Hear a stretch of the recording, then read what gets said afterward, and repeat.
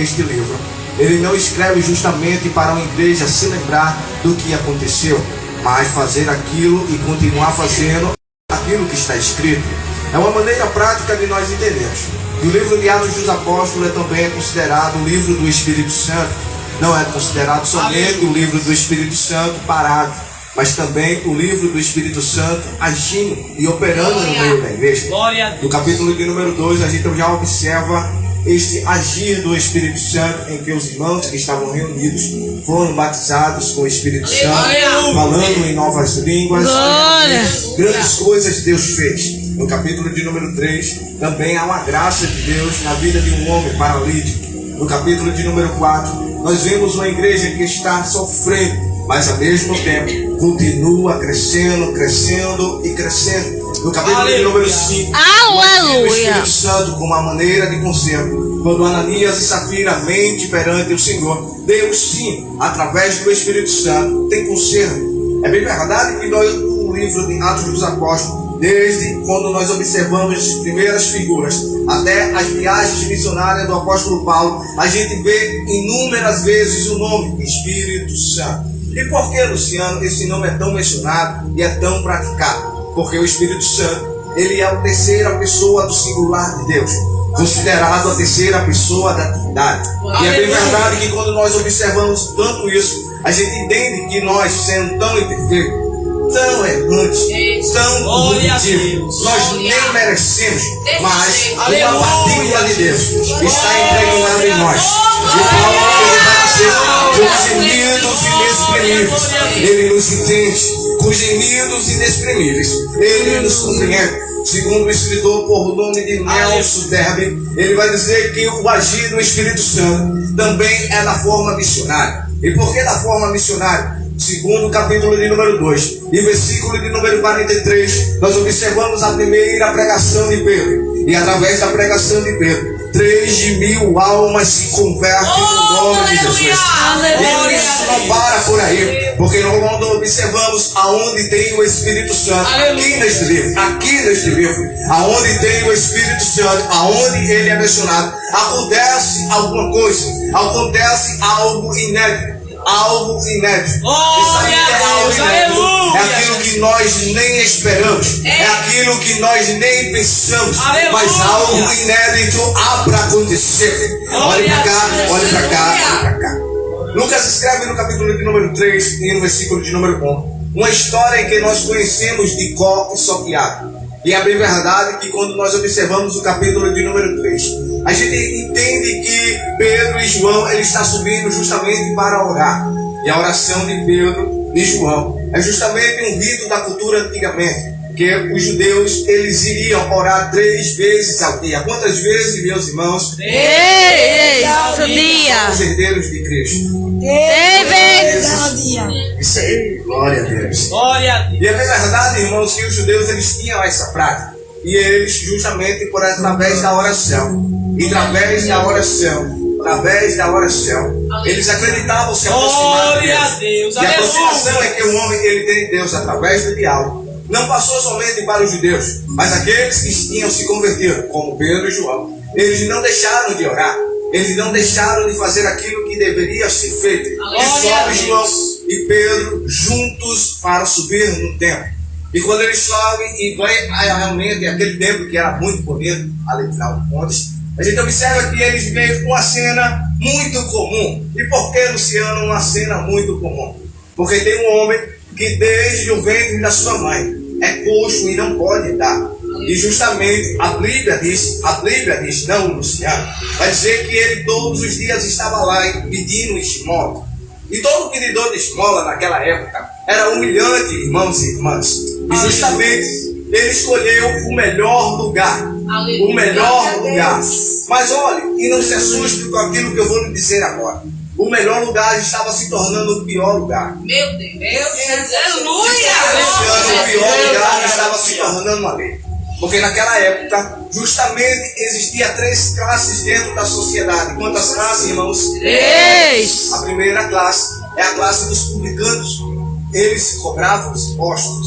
A segunda classe era justamente a classe dos fariseus, saduceus e etc., que guardavam a lei. A terceira classe era do sumo e o sacerdote.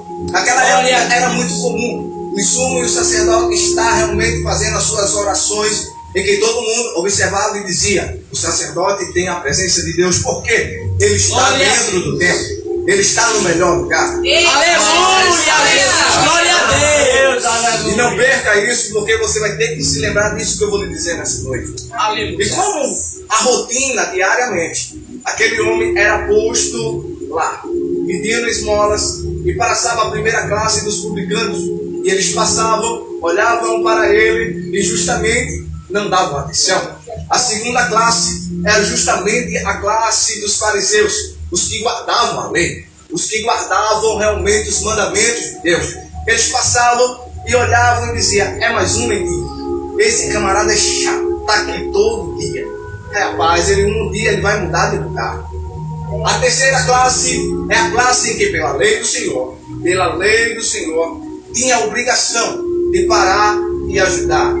Tinha a obrigação de parar e colaborar. Aleluia, Jesus. Tinha a obrigação de estar ali. Me lembra uma bela história em que Jesus ele conta em que um samaritano ele está realmente ferido. Um samaritano foi salteado.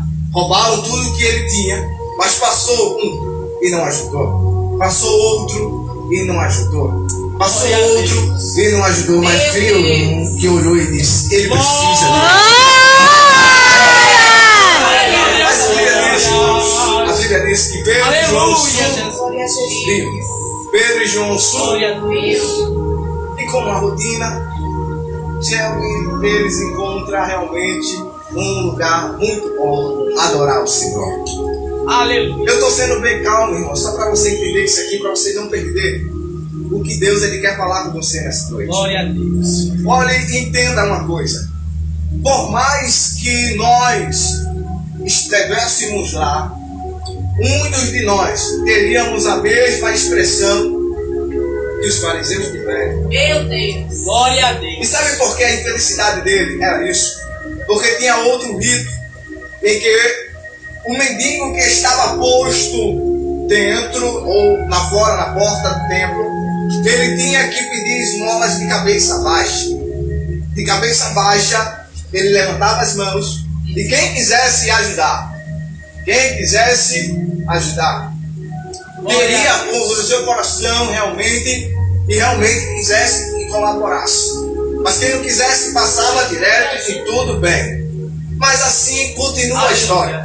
Pedro e João sobe, olha o homem e a Bíblia diz que eles olham fixamente, olham para aquela situação e realmente eles não tinham a mesma condição financeira em que os fariseus tinham. Eles não tinham o mesmo propósito em que os fariseus eles tinham. Eles não tinham o mesmo que os publicanos tinham. Eles não tinham a mesma condição financeira em que os camaradas que olhavam para a porta formosa e diziam: ali tem a presença. Mas a presença não estava na porta formosa, mas estava naquilo que Deus Aleluia, Jesus! Aleluia! Deus ele me inquieta nessa noite somente nesse trecho. E veja e observe que um particular de Deus para esse homem estava realmente a situar. Aleluia! Ele olha para a situação e vê e observe.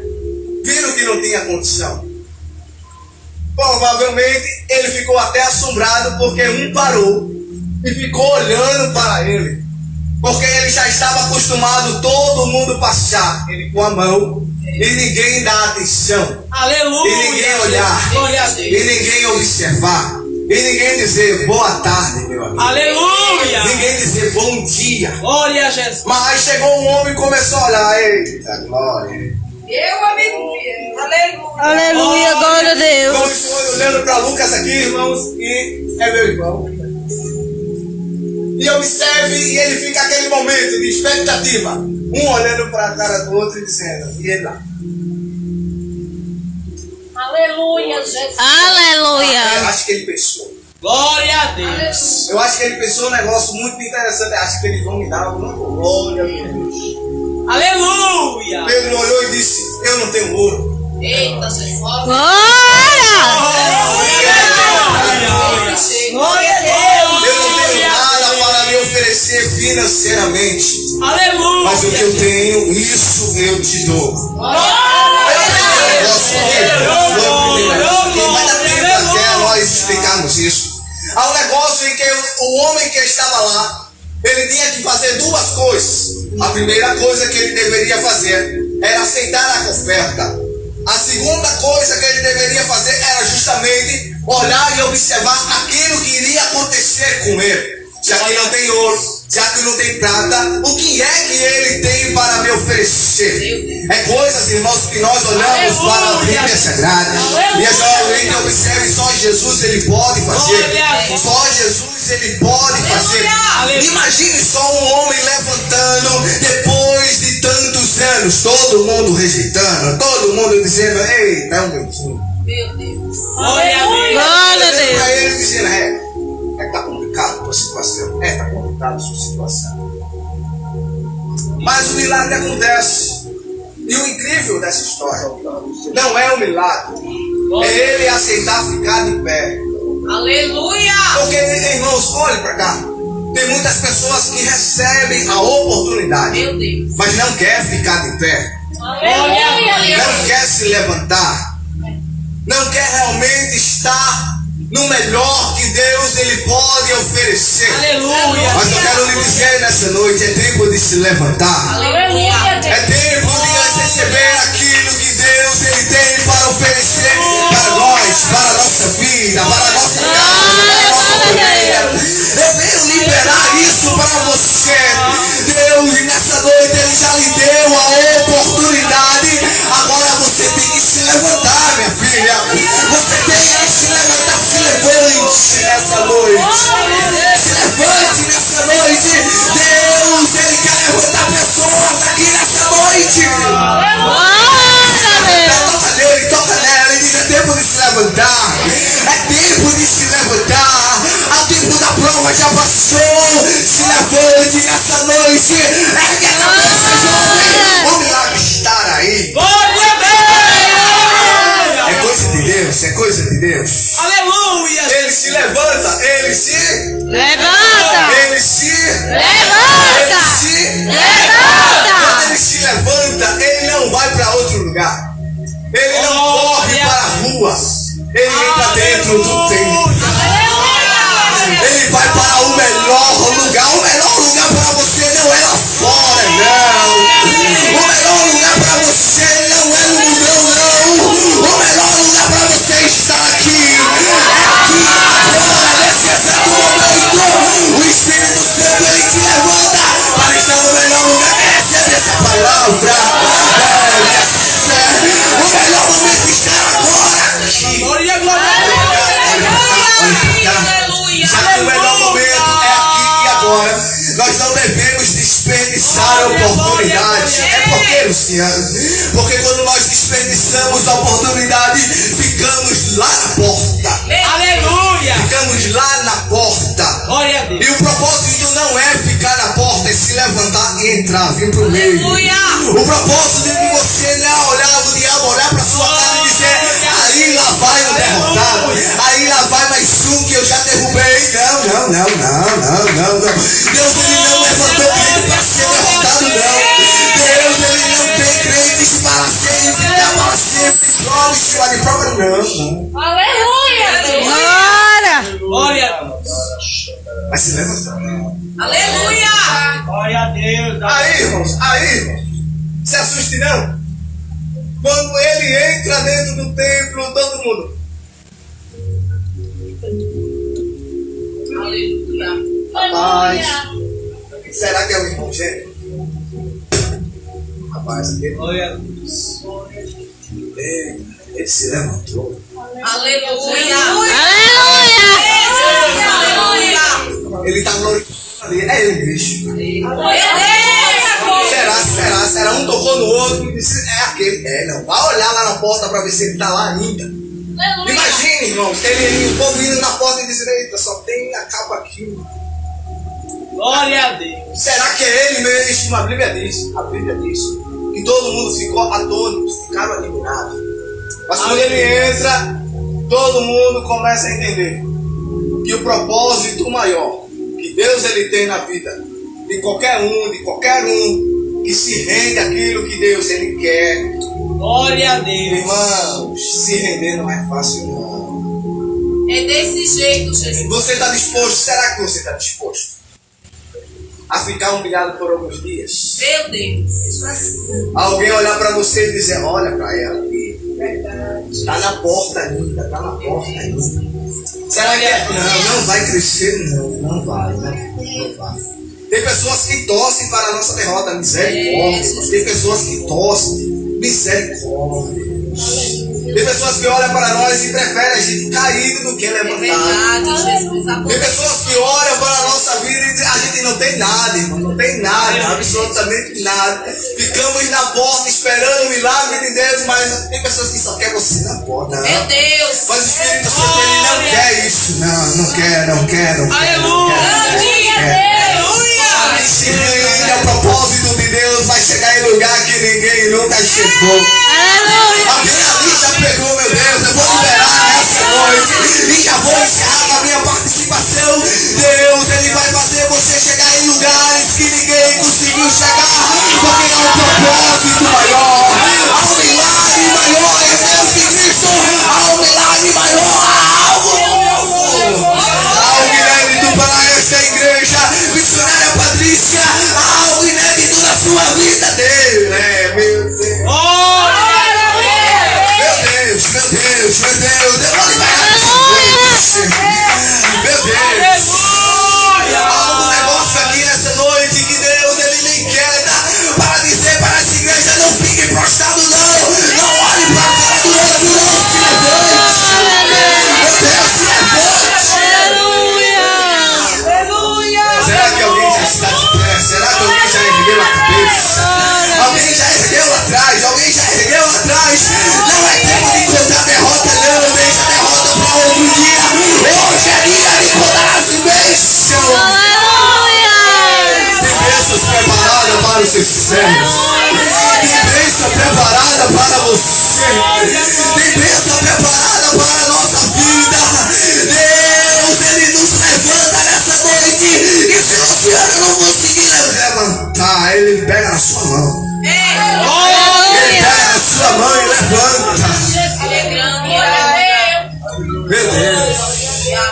É preocupante para a nossa vida, mas Deus, ele se preocupa com nós, né?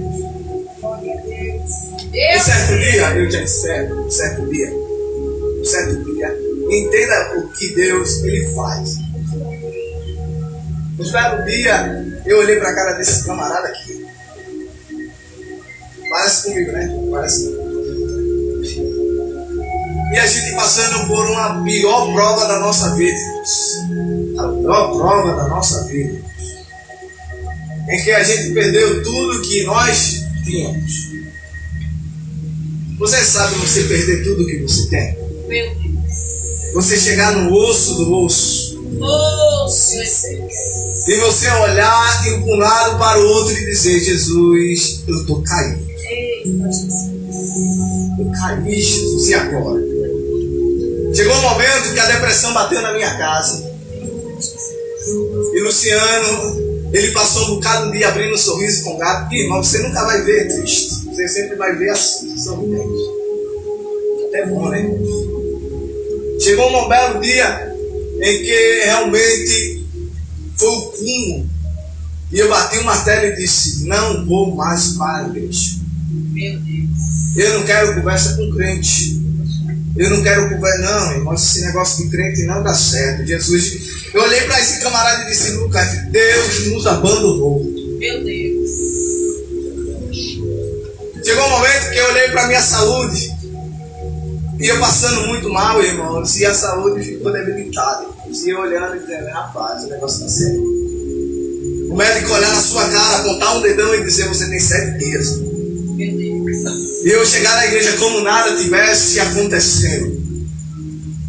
Abrir aquele sorriso de novo. Entrar pela porta. Isso é muito forte, Jesus. E dizer, e quem perguntar, você está bem? Estou bem. Estou vivendo na bênção. E você quer olhar É quando você é um dos provedores da sua casa, e muitos pais de família passam por isso. Irmãos, eu não sou casado ainda. É porque lá em casa é só eu e esse camarada e minha mãe que mora junto, e minha mãe não tem pai. Eu olhei, chegou um belo dia, irmãos, que eu olhei, só tinha um pacote de farinha. E eu disse, Lucas, da onde vai vir a provisão? Jesus Da está onde, falando, meu aleluia. Aleluia. Caído, falido e no pior momento. Meu Deus. Mas o Espírito Santo, eu não me deixo. Oh, aleluia. Eu não me perco de vista. Quero liberar isso aqui. Alguém aqui está passando por uma situação parecida, mas eu quero lhe dizer, Deus, Ele não lhe perde de vista. Glória a Deus. Ele está te observando, observando. Aleluia. Sério, sério. Glória a Deus. Estava sobre de novo. Glória a Deus. E quando eu pensei que não, Deus, Ele pegando na minha mão e dizendo, você vai ficar de pé, você vai ficar de pé. Nessa noite